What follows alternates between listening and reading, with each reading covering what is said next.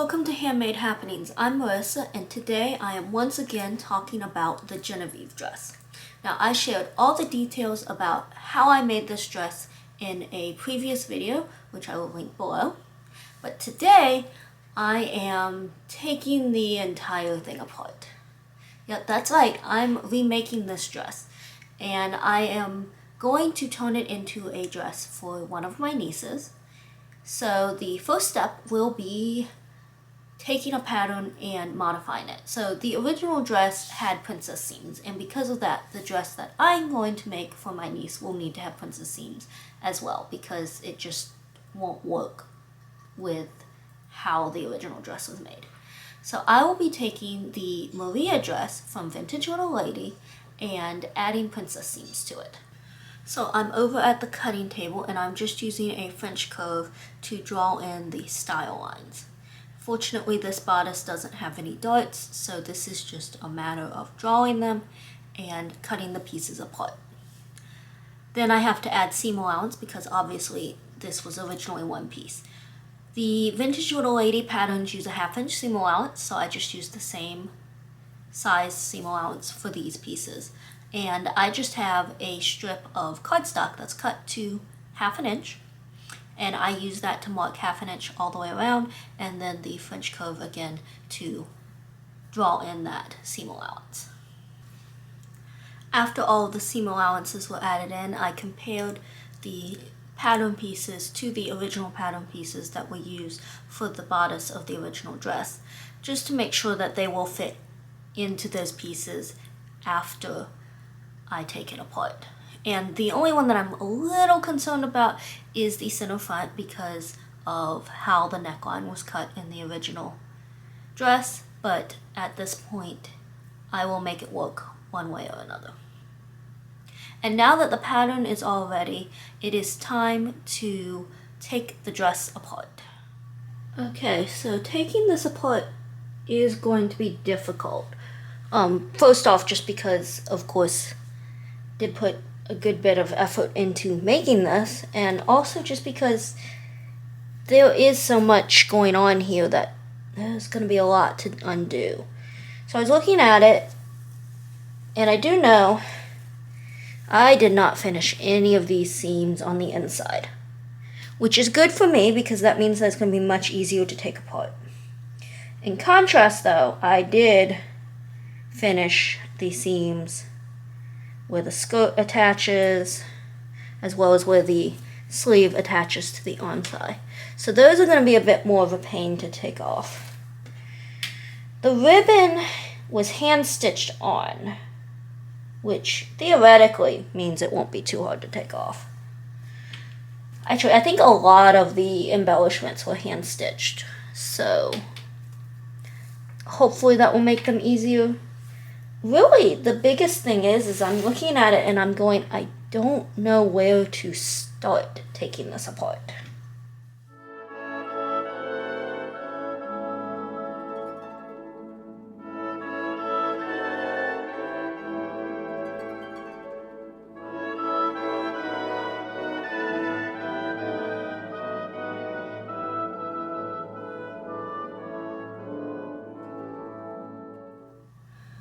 So removing the skirt proved to be a bit of a challenge, mainly because someone, namely me, thought that evidently that the skirt needed to stay attached for a really long time because in addition to stitching the skirt to the lining, it is also serged and understitched.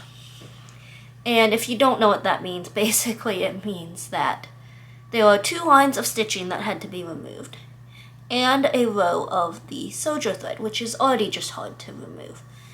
So I've already removed the 2 stitching lines, and I'm going to just cut the part with the serger because, well, a few reasons. 1, because it's difficult to remove serger thread, and 2, because the skirt at the top of the skirt would need to be trimmed down a little anyway because of the notches that are cut into it. So I might as well do both at once and not save myself the trouble of removing the soldier stitches. So here you can see what I mean. This is the serged edge, and I'm just trimming off right along that edge so that I don't have to yank that out, being careful not to catch the lining.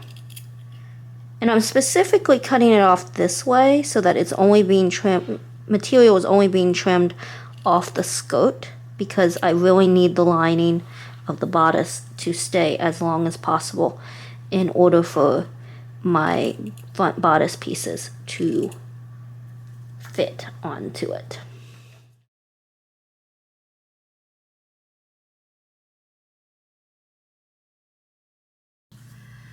So I wish I could say that things improved after the skirt, but really they didn't.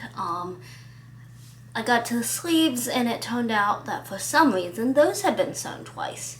So that was 2 more lines of stitching plus the serging to remove. And any seam where there was piping was difficult, because just trying to work around that and get the seam pulled apart so that you can see the stitching is rather difficult. So overall, apparently I did a very good job sewing this together the first time around, because it took basically all day to get this undone.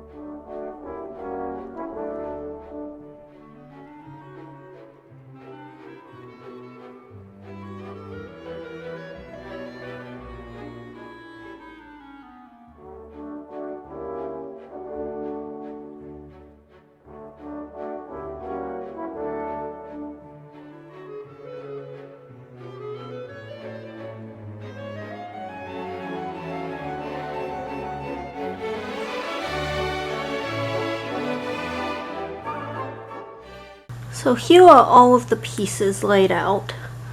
You can see I did not remove the trim on the sleeves because they were actually attached by machine, which means that they would be really difficult to get off. I am keeping them though because I might still need them, but if I don't have to take them off, I'm not going to. I also left the piping on these pieces for pretty much the same reason as leaving the sleeves, or the trim on the sleeves, which is I think the pattern is actually small enough that I can get away with cutting it without needing this, but if I do need it, I'm just going to cut it out and then just remove any pieces that end up on that piece. The last thing that happened is I was doing so well getting these apart without incident, but on this one here you can see I cut a huge hole in that. So instead of fully lining this bodice, it's going to have to be either a facing or bias or lined with white fabric, but it's fine, I can still make that work. Before anything else could be done, I had to press all of these pieces because of course there were a lot of lines in the fabric from the previous project and where I had pressed it, so I had to press all of those out. Then I cut all of the pieces out. So I cut a center front piece, 2 side front pieces, 2 side back pieces, 2 center back pieces, a front and back facing, 2 puff sleeves, and 2 sleeve bands.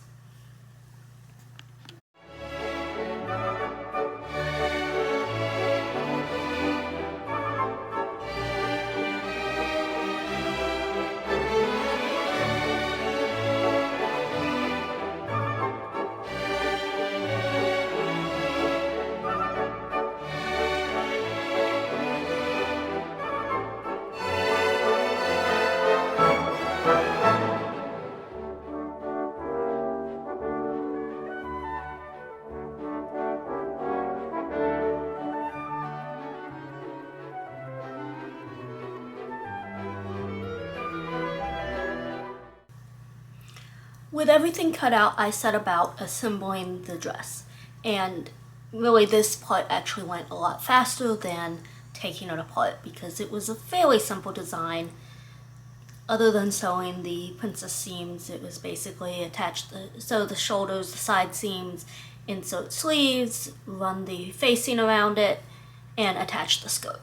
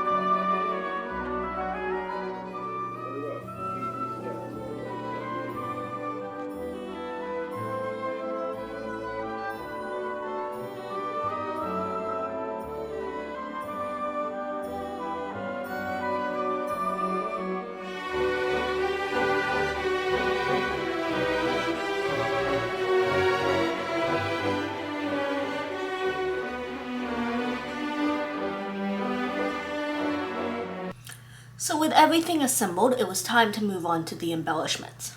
So I saved the ribbon from the scallop on the bottom of the original dress, and I took that, cut it in half, and used a zigzag stitch on the machine to attach them together to make a wider ribbon. I then used the machine again to stitch this onto the front of the bodice. And I went to the front because I didn't have enough to wrap it around the whole bodice twice. I then hand stitched the flower and the leaves onto the front, and since I was already doing the hand sewing, I went ahead and finished off the cuffs on the sleeves. Last thing to do was attach the zipper, and it was done. And there it is, all finished. Putting this together and adding all of the embellishments definitely took way less time than taking it apart, which I suppose makes sense considering I don't think you ever make anything with the intention of having it come apart. And at the time, 2 years ago, I definitely was not thinking that I would end up refashioning this. And of course, you have to take quite a bit of care when taking things apart because otherwise you end up with incidents like that one piece that had rather large holes in it by the time I was done.